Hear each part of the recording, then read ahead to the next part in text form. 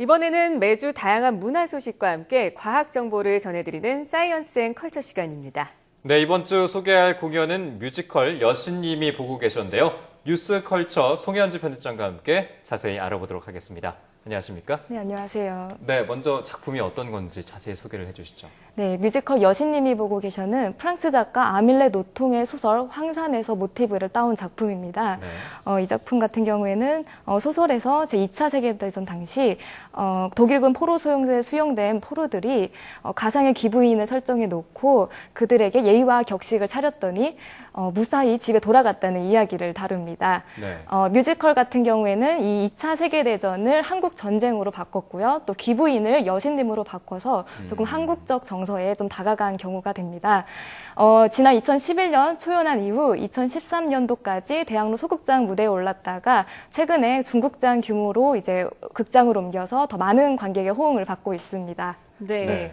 최근 개막한 공연들 중에서는 창작 뮤지컬로서는 이례적으로 흥행몰이를 하고 있잖아요. 이게 어른들을 위한 동화라는 컨셉이어서 좀 더 궁금증을 불러일으키고 있는데 구체적으로 어떤 내용인지 설명을 좀 해주시죠. 네, 이 작품 같은 경우에는 이제 아까 말씀드린 대로 한국 전쟁이 발발했던 1952년을 배경으로 합니다. 네. 북한 포로들을 이송하던 그 남한 군인의 배가 폭풍우를 만나고 이제 자초가 됩니다. 그래서 이제 무인도에 불시착하게 되는데요.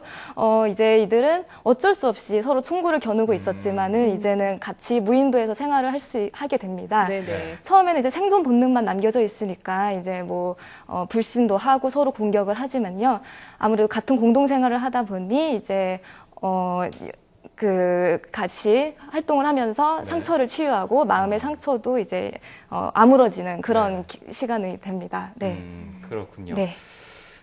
사실 이 뮤지컬의 배경이 6.25 배경이잖아요. 그러니까 좀 현실성이 있는 그런 작품이라고도 할 수 있는데 여신이 등장합니다. 네. 뭐 귀부인을 여신으로 바꿨다 해서 여신이 등장했는데 네. 이게 좀 가능한 이야기일까요? 이게 이 작품의 이제 핵심 인물 같은 경우에는 이제 남한 군인의 한영범 대위와 이제 북한 군인의 이제 류순호가 있는데요. 네. 예, 류순호 같은 경우에는 이제 6 군인 중에서 유일하게 이제 배를 고칠 수 있는 군인입니다. 그런데 이제 이 친구 같은 경우에는 이제 전쟁 트라우마로 인해, 그러니까 전장에서 이제 친형을 잃어버린 그 트라우마로 인해서요.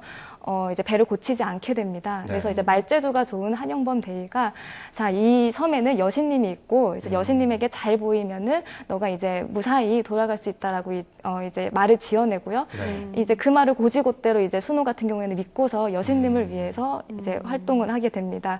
이제 아무래도 여신님이 있으니까 무인도 공동 생활을 할 경우에 이제 여신님에게 잘 보이기 위해서 밥도 이렇게 같이 만들어서 먹고 빨래도 같이 하면서 이제 공동 생활을 하게 되는 그런 좀 이야기, 네. 동화 같은 이야기입니다. 네. 네.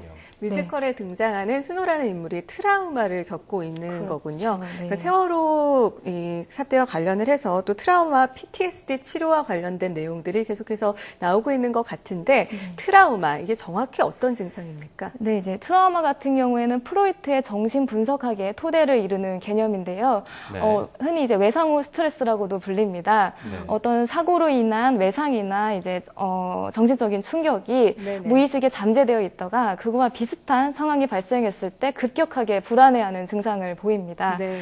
네. 그래서 실제 예를 들어보자면요. 2006년도에 이라크전에 참전했던 한 남자가 전역 후에 환청이나 환각에 시달리다가 결국에는 4번의 이제 연쇄살인을 저지른 경우도 있습니다.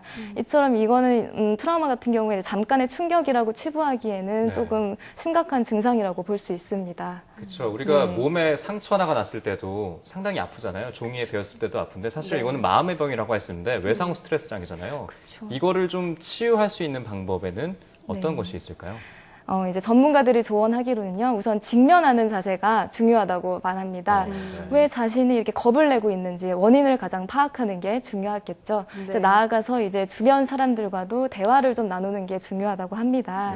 그러니까 최근 요즘에 세월호 참사다 해서 직접적으로 피해를 보지 않더라도 미디어를 통해서 간접적인 트라우마에 시달리는 경우가 있는데요. 네. 이런 트라우마에 오랫동안 노출이 되면요, 우울증 등 같은 정신 질환이 이제 함께 발생 발생을 하고 네. 심한 경우에 자살의 원인이 되기도 합니다. 네. 그래서 이제 치료하지 않고 저절로 이게 나을 거라고 이제 생각하는데 그렇지 않습니다. 낮은 회복률을 보인다고 합니다. 그래서 그렇죠.